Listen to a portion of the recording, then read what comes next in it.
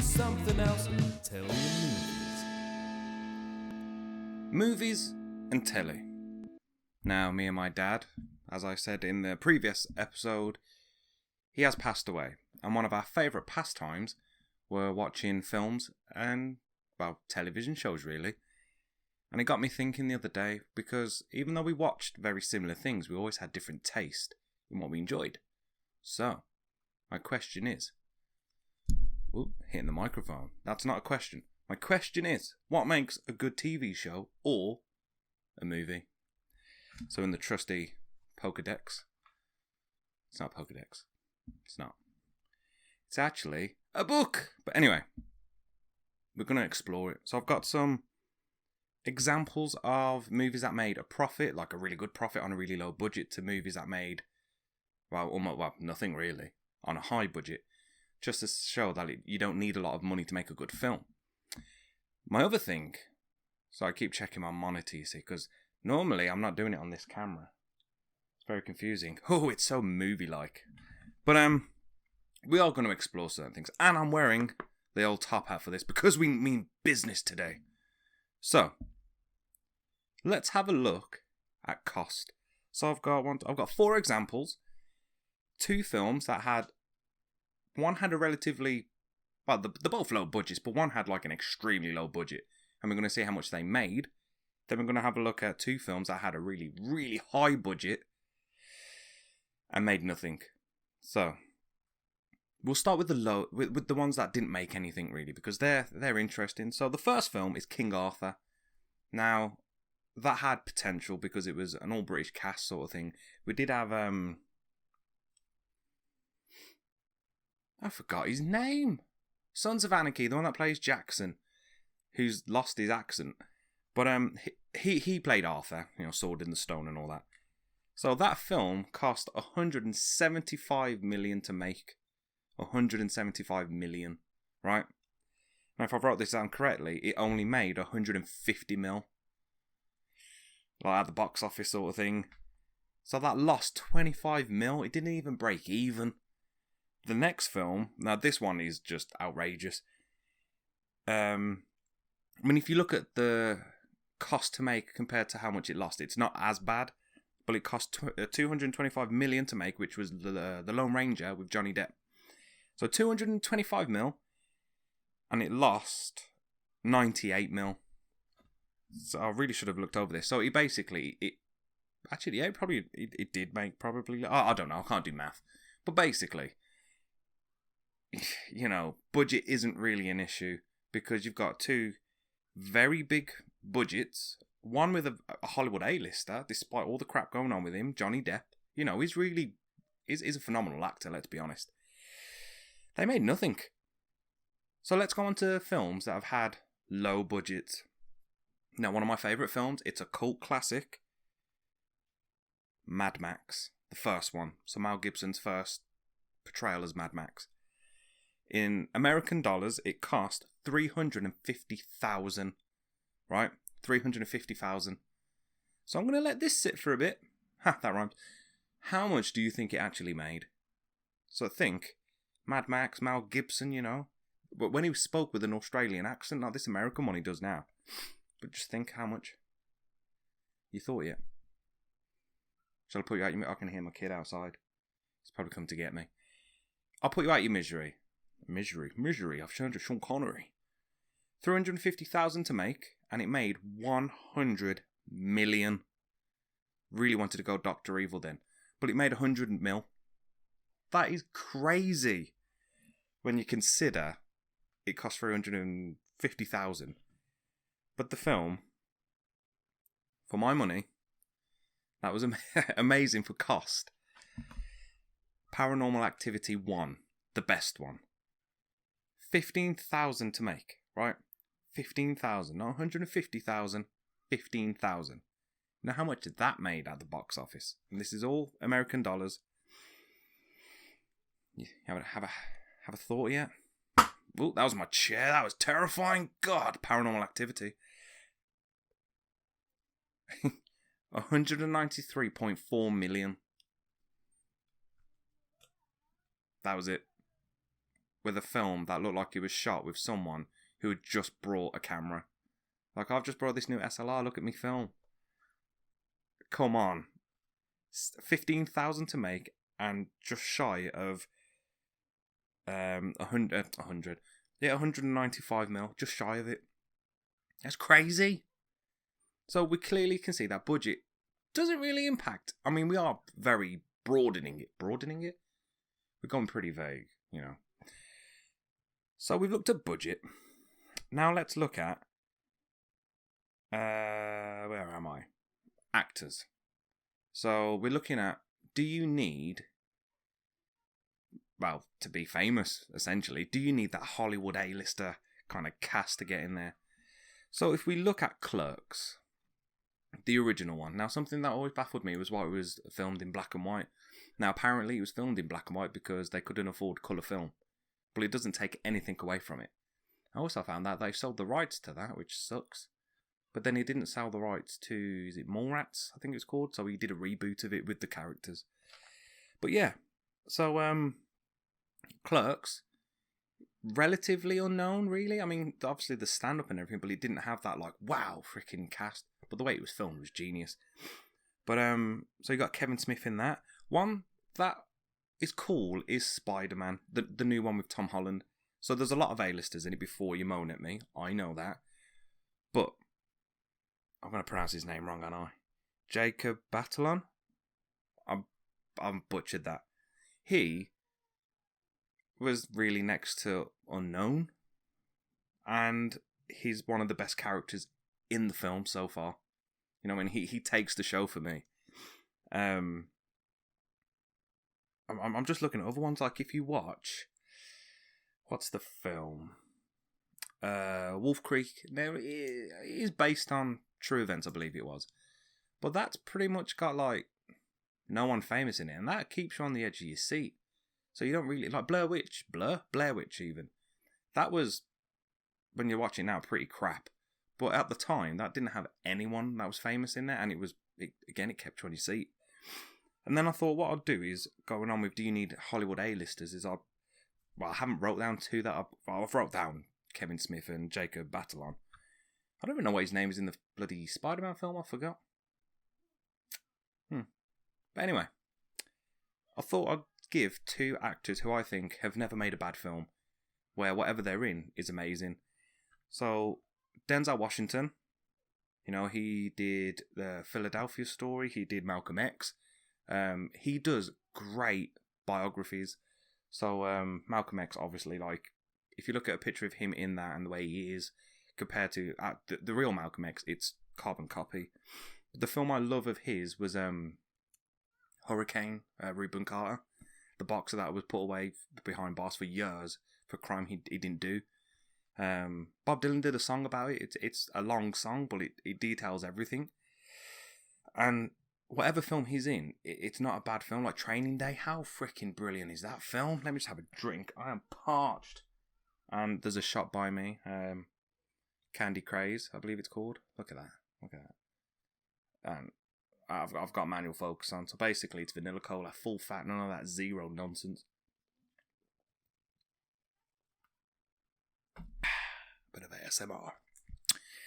Bit of ASMR right there. Anyway, so Denzel Washington, I think he has never made a bad film. Even some of the lower films he's been in, they're brilliant. But another one, Tilda Swinton. Now, she has been in more films than I can name, to be fair, but two films that stand out are, forgive me for this one, The Chronicles of Narnia, because I think that is a great film. But another film, which, now I'm good at clocking films, right? Like, when my wife first showed me the DiCaprio film, Shutter Island, I clocked that immediately, pretty much. Like, there was just clues, and I was like, yeah, I won't ruin it for anyone, because if you haven't seen it, it is a really good film. But I clocked it really quick.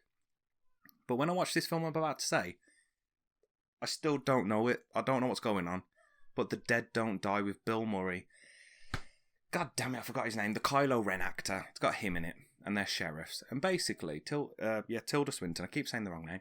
she's in it and she plays this Scottish, like, mortician samurai.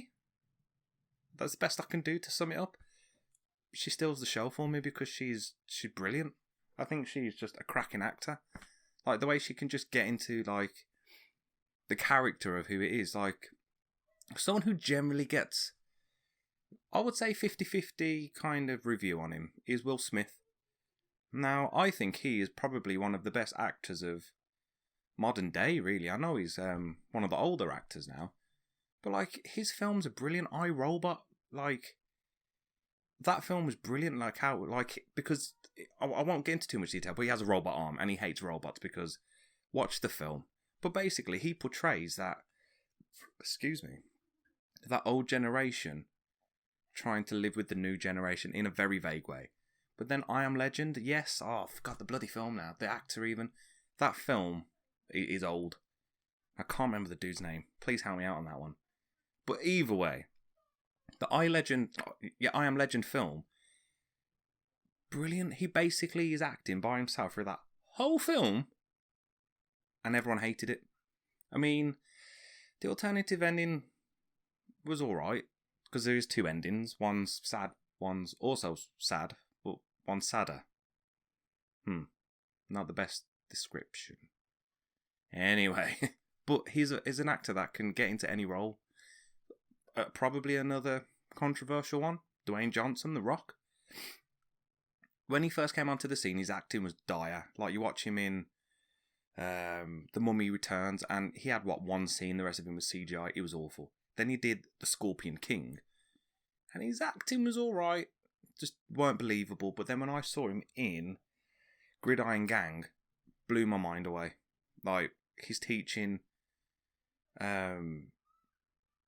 delinquents, probably the better way to put it, so children that are caused offences or, like, serving time sort of thing. And he basically gets them playing like American football. Yeah, that's what it is.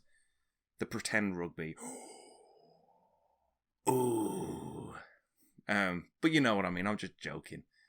And it was really cool to watch him portray this character in real life, like, who is, because it was based on a true story. And it was just getting on my nerves, like how, not on my nerves rather, but do you need a film to have cast that are A-listers? So obviously I've just listed off a few there. But then if you go for films like, for instance, Jim Carrey, depending on how you want to say it, his first major role was in a Clint Eastwood film. Now, I can't remember what the film was. And he just played a druggie rock star, I think he did. And next thing you know, he's playing The Mask. Like, his career went... But I tell you what, another thing is jumping into it. Typecasting, Jesus Christ. Like, the big uproar when was it rumoured that Idris Elba was going to take over James Bond? Oh, he can't be James Bond, he's black. I'm like, what? The hell? And then a woman was supposed to take over. They went mad again. Another one about Superman being portrayed by the dude from Black Panther. I can't remember his name. I'm not doing very good with names here. But my point is, I think it's personal opinion, is it? Some people are, no, you can't have it. You've got to do it this way. And I'm like, why? You know what I mean? But anyway, I digress. So it was, like I said, Jim Carrey, he was a relatively unknown person. Saying that film, The Mask, that was when Cameron Diaz made her first film debut. Then you got someone like Adam Sandler. I'm just trying to think of people on the spot here. He was a comedian, stand-up comedian, and he got into acting. Bear in mind, most of his roles were the same. Like, a kind of a doofus in a way. But then he did, forgot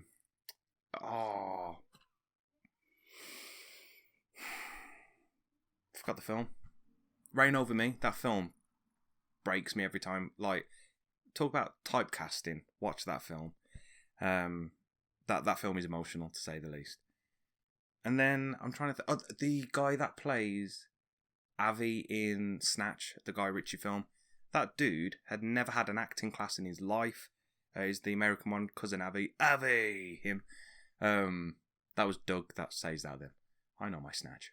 That, if you're American, that means something else. I'm pretty sure it does. This is taking a drastic turn. I think this is where we'll probably drop out for... we'll drop out for a shout out, really. So, let's get on with it. Today's shout out it's quite local to me. So, I'm quite happy, really. Now, as I mentioned before, as I showed before, if you're watching this one, but I'm drinking vanilla cola. The full fat one, let me have a sip now. There we go. It's the full fat one. Obviously, Britain and its sugar taxes is crazy, but you can't get it anymore. But what Candy Craze has, which is the shout out, I think I just said that, they do the colas, the vanilla colas. They import American sweets and drinks, I guess. Cereals, crisps, you name it. They have everything from Mike and Ike's to Butterfingers to Twinkies to Moon Pie. The frickin' Moon Pie. I love Moon Pie. But they do everything like that. And it's a good price. Like, if you do like things like they had, he sells the Milky Way. Is that a fudge? What in the hell? I never knew they did that. But it's great. If you're ever down in the Tamworth area, go and find him. Candy Craze. I will kind of leave a link if I can in the description of this podcast. But yeah, one of the best shops to go for if you want sweets that we don't normally get. He has an array of them. Like I said, you need to go there to really experience it. But yeah, honestly, Candy Craze, it's lovely. And he does Coca-Cola cherry and vanilla. That threw me, that did, but it tastes beautiful. So for this shout out, it's all about Candy Craze. Honestly, check them out. It is delicious. For the sweets that we can't get, it's like walking into heaven. Thank you very much for this shout out. Candy Craze. So, where did we get to? Oh yes, I keep clicking my fingers, I do apologise. We've got two actors that are unknown, and it's only just looking at the monitor then that I noticed I've got like tons of sawdust on my hat. So if you listen to this, you don't need to see what I'm referring to. But this hat, oh my god, look at the top of that! My gosh. So this hat has been in the garage where I do a lot of my woodwork or building, and I forgot. But I refused to clean it. Anyway. So yeah, we've been looking at actors that are relatively unknown. I think the last one I spoke about was, I can't remember his name now. I should have actually looked at this. The guy that plays Vinny in Guy Ritchie. He went to Law and Order, I think, actually, didn't he? That's pretty cool. But I think the main thing I was getting at was, what makes a good movie? Obviously, you've got the storyline, you've got the premises, the locations, there's all little things like that. But if you get down to the nitty gritty, do you need a high budget or a large budget? Do you need some crazy cast? Do you need all of that? And I think the answer is no. There's like if I link this to gaming, I'm a massive fan of Fallout. Pardon me, I'm full of bloody burps with that drink. And there's a lot of fan-made films around Fallout. I think Amazon or Netflix, one of them are getting a Fallout feature or series on the way. And it's brilliant. Like, the fan-made ones are, honestly, you'd think it's some Hollywood production. Like, have you ever watched The Corridor Crew? I think I've just put that on it. It could just be Corridor Crew. Either way, they're on YouTube. And they do VFX, so virtual effects, right? And sometimes they do films and stuff, or like they rewrite things. And it's brilliant. Obviously, theirs is very visual. And it's one of them ones like something I think that does make a good film, especially if it's a action film or an adventure film or a sci-fi film, and it is the props, the VFX, the special effects, and it's what's better. Like, have you ever watched The Thing with Kurt Russell, or is it Thing? Why do I keep putting that on everything? Either way, the Kurt Russell film, when at the end you think, oh, he knew all along. But it's one of them ones like that, because it was, I guess, real, like, props, like all the alien scenes and all the explosions, like with Alien in the film Alien, where the xenomorph pops out his chest. They're real. It looks real. It's not digital. It's not CGI or anything like that.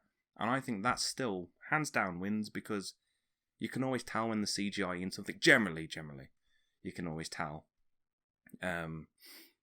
Like they did a remake of that film was it 2013 or something like that? And again, they kept it true to the original film. They used actual props, actual real physical effects. And then they screened it all out and put CG in it, and it ruined it, really. And I do think if you can get a good blend, that'll make a good film. Again, like I said, locations are good. Like if you watch Mad Max, some of the Fury Road especially, is that the new one with, I was going to say Tom Hanks then. Tom Hardy and Charlize Theron. Like, that film's great because of the location, because it's supposed to be a post-apocalyptic world. Like with Lord of the Rings, that was all shot in like New Zealand. But it's brilliant to watch because they just entice you. Obviously, it's based on a book which was very, very detailed. I used to work in the building that used to be Tolkien's house. It's pretty cool. But I guess, again, it always falls down to preference, really. Like, what I would say is a good film, you would probably say it's crap. Like, one of my favourite films of all time is Short Circuit. Love that film, and a lot of that was actual props, or like when they, back in the day when they used like stop motion and all that. And then I love Gladiator, not the Kurt Russell one, that is a good film, but I like the one with, I think his name's Sam Marshall, the boxing one. Great film. And it's just one of them ones. I think I think this is generally how a lot of the podcast ends, isn't it? Oh, it's all down to personal preference. So yeah, I think to make a good film, there are certain ingredients. Like, you do need a good storyline. You do need a good location. I would say that. I don't really kind of say you don't need a good cast in the sense of like famous, because if they can act, who cares? You could get someone like, I'm trying to think of someone who's famous and I hate their acting. I know. You're going to hate me now. Harry Potter. Now, I only noticed this because of my wife, and she's Harry Potter mental. Not mad, mental. She's psycho with it. But if you watch the films, they all act. I mean, you can't really see them now, but their arms are like proper, like down, like to the sides. They don't really act with their hands, if that makes sense. Speaking of Harry Potter, I kind of scratched my nose there with my pen. I have seen a TikTok. Yes, I watch TikTok. I'm also on TikTok. Oh, God. But I saw someone do a TikTok video about Hagrid. I can't remember the dude's name who did it, but it's talking about how he's the most powerfulest wizard ever. And for someone who's not a Harry Potter fan or really knows much about it, it made perfect sense. So I think there's another video coming on. But either way, I do think to make a good film, you need... You know what? We didn't even talk about gear, actually. Like, I'm filming this on my D750, a Nikon camera. It's probably going to be blurry because I've manually focused it. Not the best camera for film, let's be honest, but it's better than the little Sony Handycam I've got. But, excuse me, I watched a film. It was on YouTube, just like a I don't want to say indie, because many people that know me regarding music knows that I hate the term indie because it's not real. Just like blues isn't a genre. This is going to go on forever now. But basically, someone did a film. They did have a ton of filters, mind, but they did it on an iPhone. Same thing. But they filmed this entire thing on their iPhone.